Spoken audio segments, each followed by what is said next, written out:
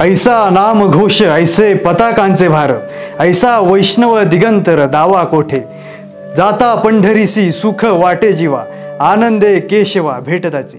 मंडळी, धर्मपंथ जातपात रंकराव कसलाही भेद न करता सर्वांना माणुसकीची शिकवण देणारा भक्तीचा सोहळा म्हणजेच वारी, आणि याच वारीचा सोहळा आम्ही तुमच्यासाठी घेऊन येत आहोत न्यूज अनकटच्या माध्यमातून।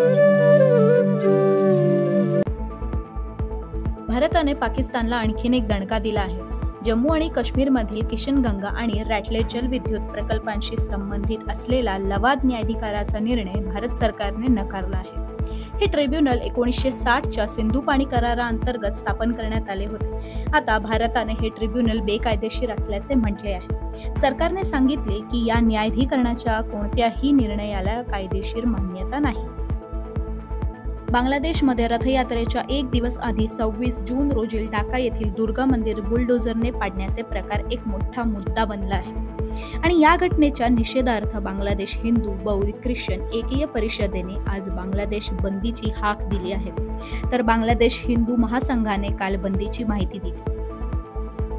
पश्चिम एशियातील वाढत्या अस्थिरतेच्या पार्श्वभूमीवर भारताच्या परराष्ट्र मंत्री डॉक्टर एस जयशंकर यांनी काल इराणचे परराष्ट्र मंत्री अब्बास यांच्याशी दूरध्वनीवरून चर्चा केली। या संवादात डॉक्टर जयशंकर यांनी भारतीय नागरिकांना सुरक्षितपणे बाहेर काढण्यास मदत केल्याबद्दल इराणचे विशेष आभार मानले।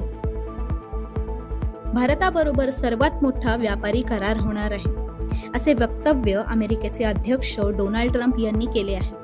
दोन्ही देशांमध्ये या कराराबाबत चर्चेमध्ये कमालीची प्रगती झाल्याचे संकेत त्यांनी दिले। ट्रम्प यांच्या या घोषणेवरून काँग्रेसने सरकारविरुद्ध टीका केली असून देशासाठी अत्यंत महत्त्वाचे निर्णय व्हाईट हाऊस मधूनच माहिती करून घ्यावे लागतील हे आता स्पष्ट होत असल्याचे म्हटले आहे। शुक्रवारी एका चीनी देशांतर्गत विमानाने विमानातील बिघाड अनुभवल्यानंतर आपत्कालीन लँडिंग केली, ज्यामध्ये प्रवाशांनी विमानात मोठा आवाज आणि दुर्गंध येत असल्याचे सांगितले। न्यूयॉर्क शहराच्या महापौरपदाच्या डेमोक्रॅटिक प्रायमरीमध्ये भारतीय वंशाचे जोहरन ममदानी यांच्या ऐतिहासिक विजयानंतर ट्रम्प प्रशासनाने माजी सल्लागार स्टीफन मिलर यांच्या म्हणण्यानुसार या हल्ल्यामध्ये ममदानी हे दहशतवादी सहानुभूती देणारे आणि न्यूयॉर्क शहरासाठी धोका असल्याचा आरोप करण्यात आला आहे। मणिपूर पोलिसांनी इम्फाल पश्चिम आणि पूर्व जिल्ह्यातून बंदी घातलेल्या कांगलेपाक कम्युनिस्ट पार्टीच्या 3 महिलांसह 6 दहशतवाद्यांना अटक केली आहे।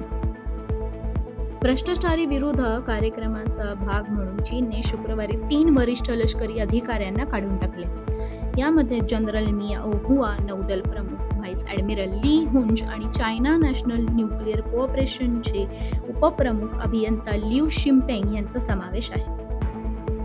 भाजपचे अंतर्गत निवडणूक प्रभारी के लक्ष्मण यांनी भाजपच्या त्रिपुरा युनिटीसाठी नवीन अध्यक्ष निवडायचे वेळापत्रक जाहीर केल्यानंतरच काही तासातच मुख्यमंत्री माणिक शहा आणि राष्ट्रीय नेतृत्व यांच्या या पदासाठी एकमेव उमेदवार कोण असावा यावरून मतभेद निर्माण झाल्यामुळे हे प्रकरण स्थगित करण्यात आले आहे।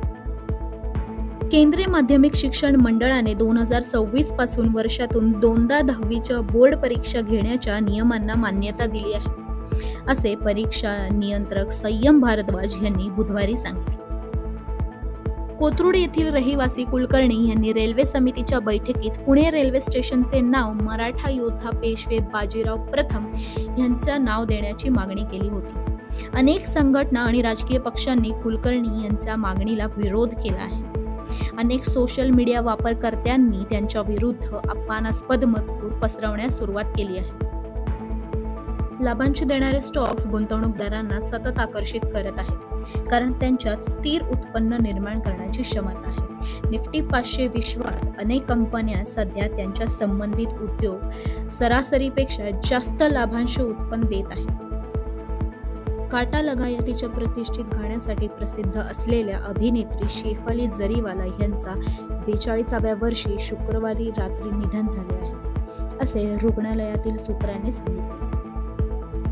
उझबेकिस्तान येथे झालेल्या 19व्या वर्षाखालील सेंट्रल एशियन व्हॉलीबॉल चॅम्पियनशिप स्पर्धेत धनकवडीतील आलोक तोडकर याने आंतरराष्ट्रीय स्तरावर ब्रॉन्झ पदक पटवून देशाची मान उंचावली आहे। कझाकिस्तानला 3-1 असे पराभूत करून भारतीय संघाने ब्रॉन्झ पदावर यशाची मोहोर उमटवली आहे. ऑस्ट्रेलियाच्या संघाला पराभूत करून 25 वर्षांनंतर आफ्रिकेच्या संघाने ICC ट्रॉफी नावावर केली.